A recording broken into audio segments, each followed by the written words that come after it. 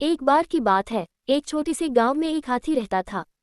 हाथी बहुत बड़ा और घने जंगल में रहने वाला था। वह किसी से नहीं डरता था और लोगों को अपनी शक्ति का एहसास कराना पसंद करता था। एक दिन गांव में एक कुत्ता भी था। वह कुत्ता छोटा और काफी होशियार था। वह लोगों के यहाँ बच्चों को खुश करने के लिए आया करता था। हाथी और कुत्ता एक दूसरे को पहले नहीं जानते थे, लेकिन एक दिन मिल गए। वे दोस्ती करने लगे और अच्छी तरह से बातचीत करने लगे। हाथी ने कहा, मुझे बहुत खुशी हुई कि मैं तुम्हें मिला।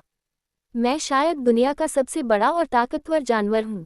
कुत्ता समझता था कि हाथी थोड़ा बड़ा और घमंडी है, इसलिए उसने कहा, हाथी, मुझे मालूम है कि तुम बहुत बड़े हो, लेकिन फिर भी इंसान तुम्हें धकेलकर मार सकता है, और मुझे तो बहुत छोटा और दुर्बल होने की वजह से सब कुछ बचाना होता है।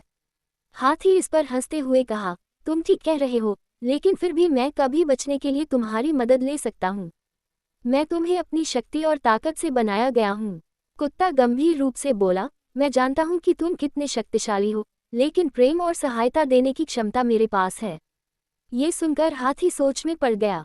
वह समझ गया कि शक्ति और ताकत के बावजूद प्रेम और मदद कुछ भी नहीं होते हैं। हाथी ने खुद को आजमाकर देखने का फैसला किया और वह बच्चों के संगीतान में से एक साझा करने के लिए खुद को मंडराने लगा। ये देखकर कुत्ता बहुत खुश हुआ और उसने कहा, हाथी, तुमने सबके दिल जीत लिए हैं।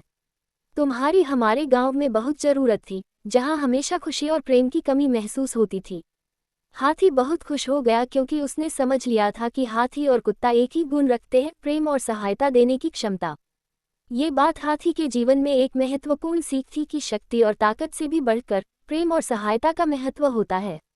ऐसे ही कहानी सुनने के लिए हमारा चैनल सब्सक्राइब जरूर करें।